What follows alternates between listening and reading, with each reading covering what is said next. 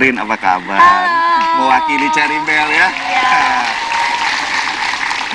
Rin, ini kan Cherry Bell ini identik dengan grup musik remaja cewek yang ceria. Nah, tentunya kan stamina itu sangat harus dibutuhkan banget. Tapi ada pengalaman yang tidak menyenangkan nggak? Mungkin berkaitan dengan kesehatan kamu nih. Pernah Kenapa? banget sakit vertigo gitu. Oh, berarti berkaitan dengan kepala. Emang ada apa dengan si Rin ini? Sakit kepala? Iya, kemarin itu udah agak lama sih, Dok. Jadi Rin sempat nggak ikut di salah satu acara yang harus Cherry Bell perform. Karena sakit kepala. Waktu itu kita nggak tahu itu penyakitnya apa gitu. Karena waktu latihan dance pun, dari sebelum kita perform, dari latihan dance, Rinnya udah kayak kepusingan gitu. Jadi kita suruh istirahat aja. Terus besoknya pas mau perform, Rinnya nggak ikutan deh. Dia nonton di rumah. Tapi ini bicara masalah sakit kepala kamu itu gimana sih? Gejala sedikit aja kasih tau pemirsa deh. Gejalanya tuh kayak nggak stabil. Terus goyang, lihat semua sekeliling itu goyang, kayak gempa bumi setiap hari. Mau tutup mata, buka mata, sama kayak gempa bumi gitu. Pengen tahu vertigo itu seperti apa? Pengen Boleh. ya? Kita lihat dulu deh tayangan berikut ini. Pemirsa juga lihat ya, vertigo seperti apa. Pernahkah Anda mengalami kondisi pusing yang berlebihan, di mana lingkungan di sekitar Anda seperti berputar? Padahal Anda cukup yakin Anda dalam kondisi diam, hingga akhirnya kehilangan keseimbangan? Apa yang terjadi?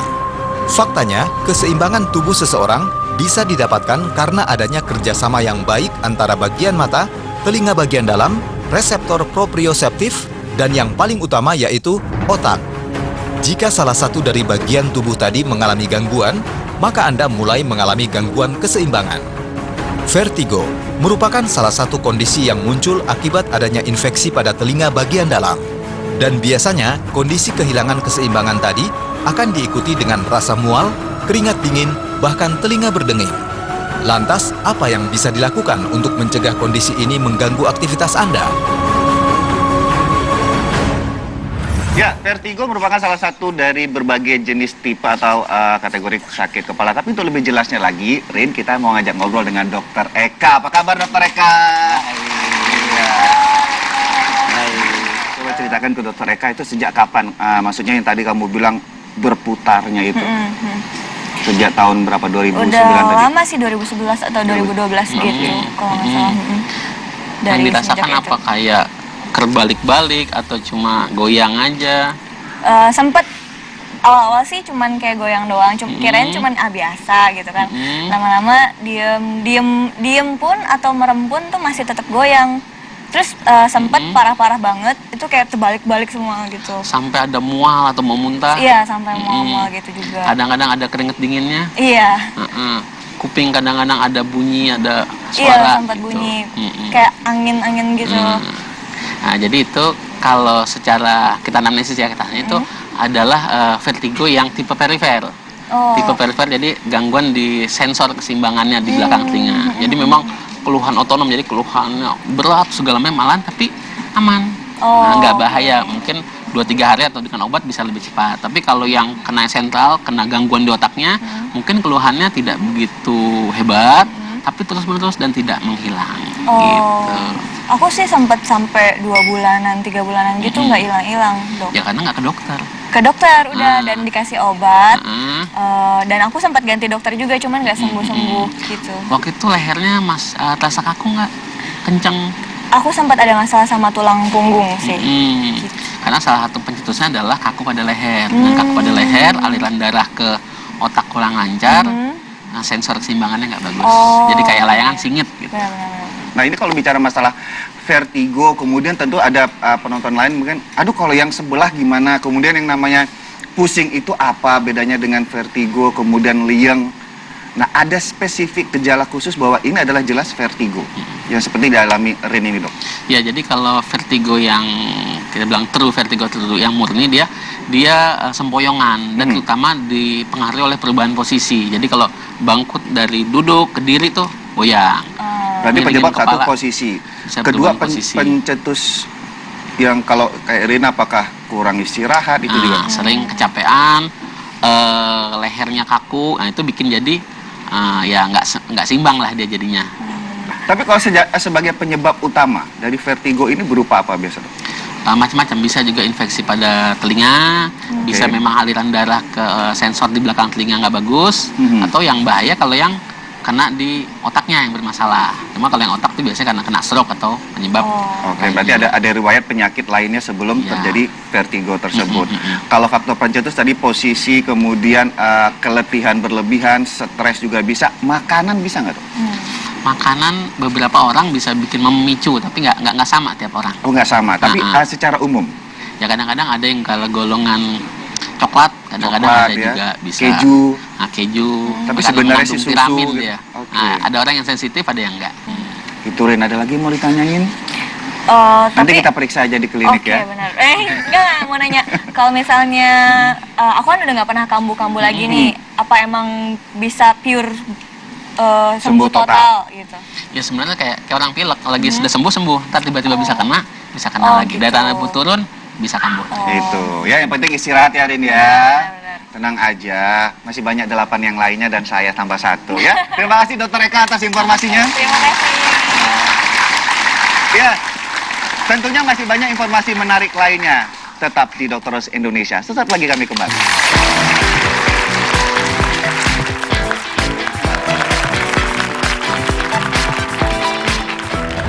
Sarapan terbukti dapat memperbaiki metabolisme tubuh Anda. Namun apa yang harus dilakukan jika mengalami sakit perut setiap kali sarapan? Kembung, kemudian juga rasa-rasa yang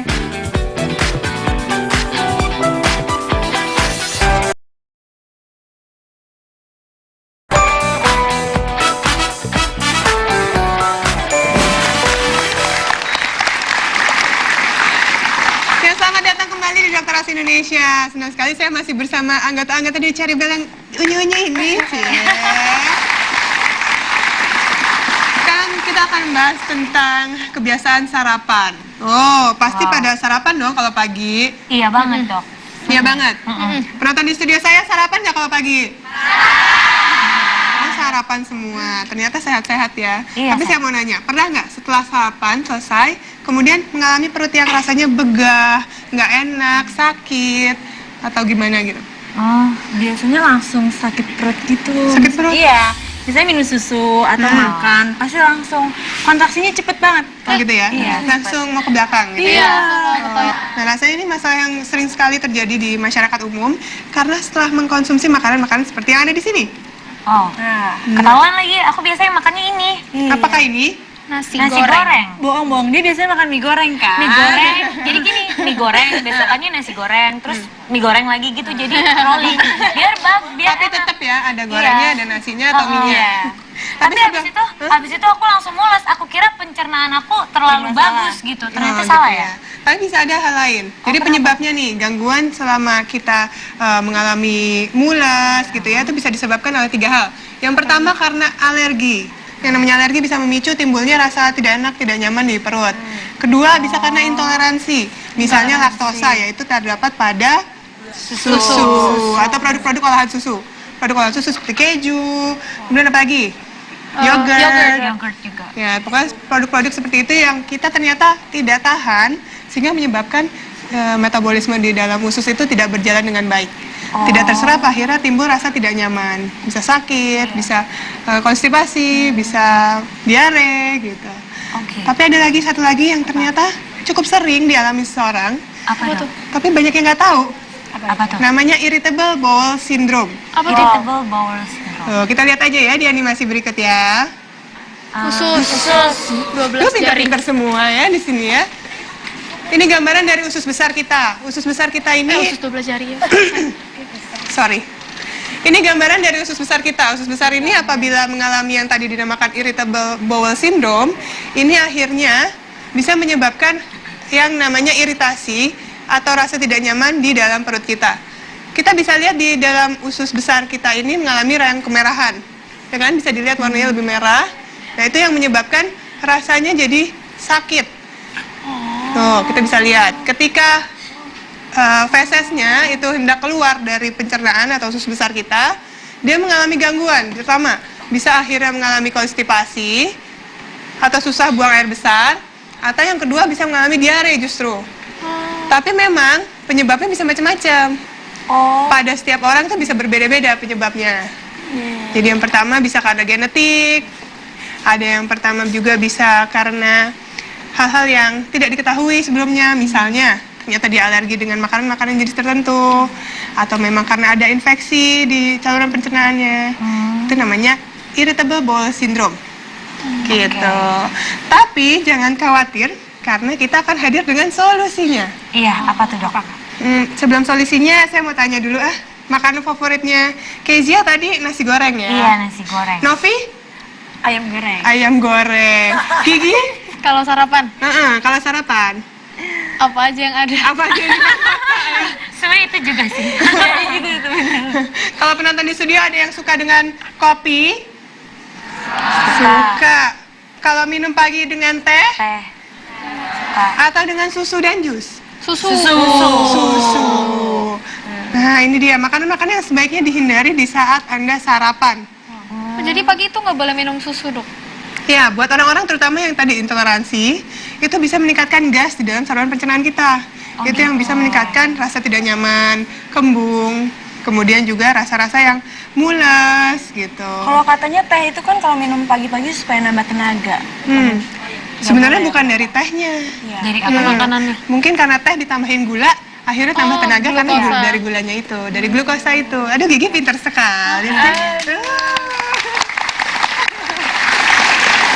Jadi, dibandingkan kita mengkonsumsi makanan yang ada di sini, lebih baik yang di depannya Gigi aja. Ada apa aja kak di situ?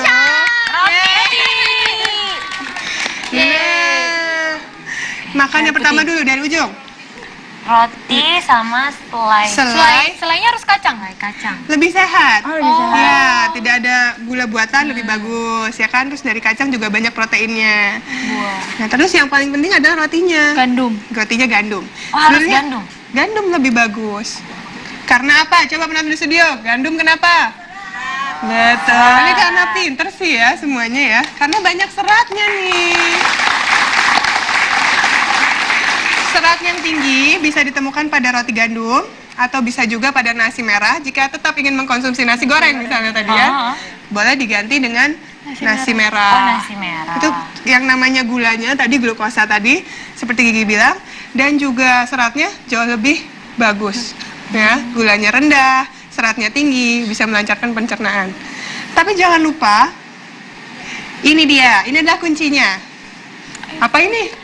Air putih. Iya dong. Kalau minum sehari berapa liter? Banyak. 8 gelas. 8 gelas sehari. Iya, 8 gelas, yaitu 2 liter ya. Dan pagi hari usahakan mengkonsumsi air putih ini paling tidak 1 hingga 2 gelas untuk melancarkan metabolisme. Jadi ketika bangun, mau sarapan, kita minum air putih dulu, supaya pH-nya di badan kita juga tidak terlalu asam. Kemudian konsumsi makanan yang mengandung serat seperti pada buah-buahan dan sayuran. Nah, sayurnya juga lebih baik dihindari. Kalau tadi kol ya, meningkatkan gas, lebih baik konsumsi yang tinggi gasnya. Misalnya selada atau timun, gitu boleh. Gitu. Berarti kita harus banyak yang berubah ya. Terus dok, kalau tadi kan yang kita ada di sini cuman kol aja kan. Kalau misalnya yang harus dihindari selain kol apa? Sebenarnya Sayurannya. sayurannya yang paling tinggi gas cuma kol sih. kol. Yang lain boleh, nggak Kalau masalah. Kalau buah paling bagus pisang. Oh, pisang. Ya, karena pisang ini tinggi kalium. Jadi bisa melancarkan metabolisme juga, pencernaan kita. Oh. Gitu. Ini kan untuk sarapan nih. Ntar kalau udah selesai sarapan, makan siang mau minum jus juga nggak masalah. Gitu. Oh, yang penting sarapannya harus bener dulu ya. Iya. Supaya tadi rasanya nyaman. Oke? Mudah ya. Dipraktekkan ya di rumah ya nanti ya. Ayo anggota cari biar yang lain. Oke, baiklah. Setelah ini masih ada informasi menarik di Dokter As Indonesia, jadi jangan kemana-mana. Cari Bel masih di sini loh.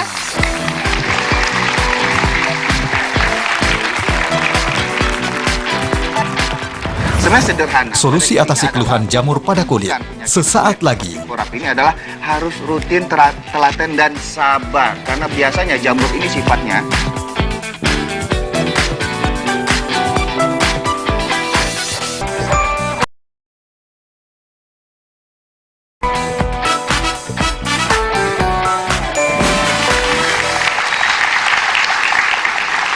ya, penonton yang di rumah masih semangat ya. Tetap bersama Dokter As Indonesia karena kami akan menjawab beberapa pertanyaan dari Anda. Pertanyaan pertama, Apakah pertanyaannya? Dari Rahmi Rahmianti. Oke, Dokter Asti TV, apakah perempuan yang belum pernah berhubungan seksual bisa melakukan pap smear? Memang kalau berhubungan seksual tentu tidak disarankan untuk melakukan pap smear. Karena bagaimanapun juga pap smear adalah pemeriksaan yang diperiksa adalah dari mulut rahimnya. Jadi sel-sel di mulut rahim itu diperiksa, diambil, kemudian akan dicek apakah itu ada ke arah kanker kah atau keganasan atau ada infeksi atau apapun. Jadi alatnya itu pun harus dimasukkan ke dalam lubang vagina baru sampai ke mulut rahim. Iya. Nih ada satu lagi nih pertanyaan dari email ya. Ya. Dari Selfie Melani @drros_ttv, berarti dari Twitter. Dok mau nanya gimana cara menyembuhkan penyakit kulit kurap? Tanda tanyanya ada 2. Kurap. Kurap. Terima kasih dok. Penyakit kurap adalah salah satu jenis penyakit kulit. Ya ini kalau nama Inggrisnya, medisnya tinea ya. Biasanya disebabkan oleh jamur atau fungi. Nah lokasinya benar sekali ya. Mulai dari biasa itu di sela-sela atau daerah bagian tubuh yang lembabnya itu cukup tinggi dan sering terjadi lembab. Sela-sela jari, jari tangan, jari kaki. Selangkangan dokter saya, ketiak, punggung, bahkan di kepala. Jadi ada korporis, ada tinea capitis, kruris, pedis, ada susah ya. Nah intinya adalah bagaimana cara menyembuhkannya, karena ini diakibatkan oleh jamur. Biasanya jamur senang sesuatu yang lembab. Itu dia. Karena lembab berarti harus jaga jangan sampai daerah tersebut sering basah. Ya ganti baju kalau berkeringat, gunakan bahan dari bahan katun ya. Dan itu contohnya ya. Contoh dari kurapnya tadi. Nah, biasanya kalau Anda habis mandi atau membersihkan pada area tersebut setelah bersih dan kering, ya, sebenarnya sederhana. Pada intinya adalah untuk menyembuhkan penyakit kulit seperti kurap ini adalah harus rutin, telaten, dan sabar. Karena biasanya jamur ini sifatnya 2 minggu itu baru tidur. Baru dia setelah itu kalau terus pengobatan baru mati. Jadi biasa gejala seperti gatal, perih, walaupun sudah kelihatan hilang selama 1 minggu itu belum tentu jamurnya hilang juga. Betul. Ya. Ini setelah dibersihkan, ya misalnya dengan air hangat, pakai anduk, misalnya lokasi salah satunya adalah di sela-sela jari Anda. Yang penting adalah area tersebut harus kering. Setelah kering, oleskan obat anti jamur pada area yang mengalami keluhan tersebut ya. Saya sarankan untuk mengoleskannya gunakan cotton bud aja jika Anda tidak punya sarung tangan. Nah, untuk pengolesan atau pengobatan dari obat anti jamur ini Anda bacakan dulu karena macam-macam obat itu beda-beda. Ada yang 1 atau 2 kali sehari, yang penting adalah rutin minimal 2 minggu atau sampai gejala tersebut benar-benar menghilang atau segera konsultasikan ke dokter Anda. Ya, itu tadi beberapa pertanyaan sudah kami jawab di Dokter Indonesia. Semoga bermanfaat untuk Raffi dan teman-teman yang bertanya. Setelah ini masih ada cibi-cibi jangan kemana-mana. Tetap di Dokter Indonesia.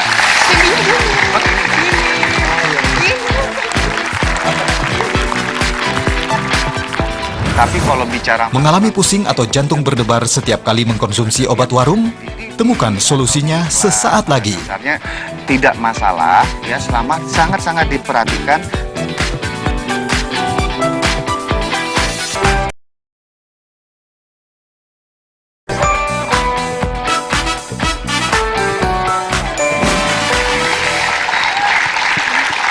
Ya, terima kasih keseruan Anda bersama Dokter Indonesia. Di akhir segmen ini ada tips buat Anda semua, termasuk nih 3 orang si cantik cibi kita, ya.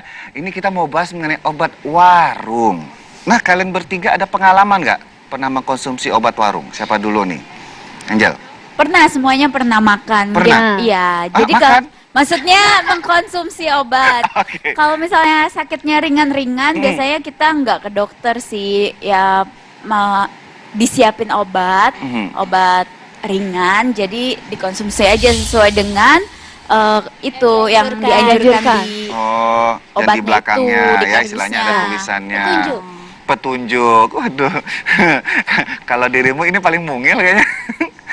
Makanya dokter jauh-jauh aja, jangan deket. Kalau kamu ada pengalaman nggak? Aku ada. Aku tuh kan susah tidur. Terus aku pernah minum obat batuk gitu yang ada obat tidurnya tambahannya gitu. Terus aku minum. Oh, itu tujuannya beli obat warung. Kalau dirimu? Kalau aku bisa ngelupain aku. Bukan. Aduh. Kalau misalkan di luar kota atau lagi show gimana kan nggak mungkin ke dokter dulu gitu. Jadi cari obat yang terdekat, bahkan ada persediaan sendiri. Iya. Oke. Kita ada kotak obat. Ada kotak obat sendiri dan itu obat bebas biasa kesannya obat warung ya. Iya. Oke. Nah, ini untuk tidak aja untuk anggota Cibit, penonton Shine di studio tapi juga untuk yang di rumah nih. Ada beberapa resiko jika kita mengkonsumsi obat warung tanpa mengenal dulu sebenarnya itu petunjuknya apa, indikasinya apa. Satu, kira-kira apa nih? Keracunan, pasti ya? Wah. Yang dirasakan tuh mual, muntah, diare, pusing, pingsan, bahkan bisa saja kematian.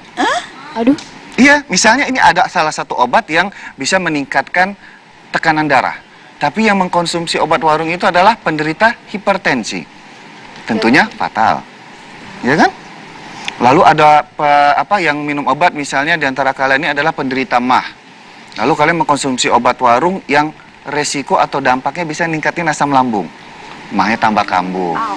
Makanya ini ada tips nih ya. Tips untuk kalau ingin mengkonsumsi obat warung itu sebenarnya tidak ada salahnya. Karena obat warung itu ada petunjuknya selama diketahui petunjuknya. Saya geser sini deh, dirimu sini ya. Oke. Ada label, pernah lihat nggak? Di sini tuh ada kayak label warna biru. Ini warna biru ini tandanya adalah ini obat bebas, tapi harus benar-benar diperhatikan petunjuknya, ya, walaupun tidak perlu resep dokter. Kemudian yang hijau nih, ya, yang hijau ini tandanya adalah ini benar-benar obat bebas yang bisa dibeli oleh siapapun. Jadi tidak ada sesuatu yang khusus harus diperhatikan, tapi tetap harus diperhatikan adalah indikasi, maksudnya tujuannya diminum berapa kali sehari. Tapi untuk beberapa pantangan sih tidak terlalu berarti ya, tapi ini biasanya bebas. Ini tadi ada resep dokter, yang penting adalah ini nih. Ini warna apa? Merah. Warna apa? Merah dan ada tulisan K. Berarti obat keras. Obat keras ini maksudnya adalah benar-benar atas resep dokter, ya. Jadi tidak boleh dikonsumsi tanpa mengetahui dulu keluhan penyakitnya, ya. Kemudian yang harus diperhatikan lagi saat akan mengkonsumsi obat warung adalah mudah. Ini apa? Tanggal apa? Tanggal jadian? Tentu bukan, ya. Ini tanggal kadaluarsa, ya. Jadi harus diperhatikan benar masalah tanggal kadaluarsa karena banyak kenakalan para produsen atau distributor dari obat-obatan dengan paling lama sebelum kita konsumsi itu harusnya tanggal beda berapa lama? Biasanya itu 3 bulan lah, itu paling lama. Misalnya di sini Mei 2014, berarti Januari atau Februari itu sebaiknya sih ya dihindari banget lah. Diminum, ya? udah nggak boleh. Itu. Kemudian waspadai obat palsu, ya. Obat palsu biasanya pertama itu kita lihat dari struktur atau kekuatannya. Misalnya salah satu obatnya, kalian pernah melihat misalnya beli obat untuk obat batuk, ya, bentuknya misalnya ini hijau misalnya ya. Kemudian kalian lihat lagi di obat batuknya nama mereknya sama, tapi tiba-tiba yang satunya kok warnanya kuning. Kemudian yang kanan tangan saya ini, kalian merasakan karena sering menggunakannya, dia biasanya tuh ditekan keras. Yang satu sangat lunak. Nah ini kemungkinan yang lunak sama warnanya beda dari penampilan asalnya, itu kemungkinan bukan asli atau palsu. Itu yang cara sedikit mudah tapi biasanya banyak sekali tidak diperhatikan. Bahaya nggak dok? Ya itu tadi dampaknya. Yang masalah mual, muntah, pusing, kalau palsu berarti bukan itu isinya. Ya. Kemudian yang kedua adalah kalau bicara masalah obat palsu ya ini ya dari nama merek, kemudian warna itu kan susah juga ya. Dari warna yang kadang-kadang hijaunya terang, satu hijaunya nggak begitu terang, itu sulit. Gitu. Ada yang mau ditanyakan nggak mengenai obat warung? Oh, aku kan suka pusing. Terus aku minum obat pusing aja kayak sesuai iklan. Kayak sesuai iklan gitu. Kalau pusing obatnya ini gitu. Boleh nggak sih atau harus konsultasi dulu ke dokter? Nah, ini pertanyaan bagus ini. Tadi kan itu hanya secara fisik dari konsumsi obat warung. Tapi kalau bicara masalah pusing kemudian mengkonsumsi obat pusing yang mungkin Anda lihat di TV atau di iklan, pada dasarnya tidak masalah ya selama sangat-sangat diperhatikan cara pakainya. Dan ingat kalau 2-3 hari tidak ada perubahan sebaiknya ke dokter. Ya, kalau misalnya ini sangat-sangat mepet. Tadi kan kayaknya keluar kota susah cari obat mepet. Aduh harus tampil kayak Rin tadi mungkin sakit ya. teman kalian ini sakit ya nggak apa-apa, tapi kalau ada waktu sebaiknya dipersiapkan kotak khusus obat yang sudah direkomendasikan oleh dokter, ya. Gitu Cibi. Iya. Oke, terima kasih untuk para anggota Cibi, sukses selalu, semangat, sehat selalu juga untuk teman-teman dari Akper Subang, terima kasih, dan untuk Anda yang di rumah tetap saksikan Dr. Rose Indonesia. Jangan bosan sehat, temukan sehat sesungguhnya, di mana lagi kalau bukan di Dr. Rose Indonesia.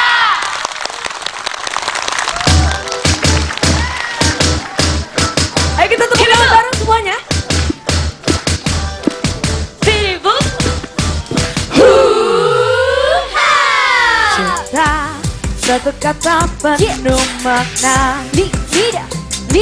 Oh cinta, bawa hati bahagia.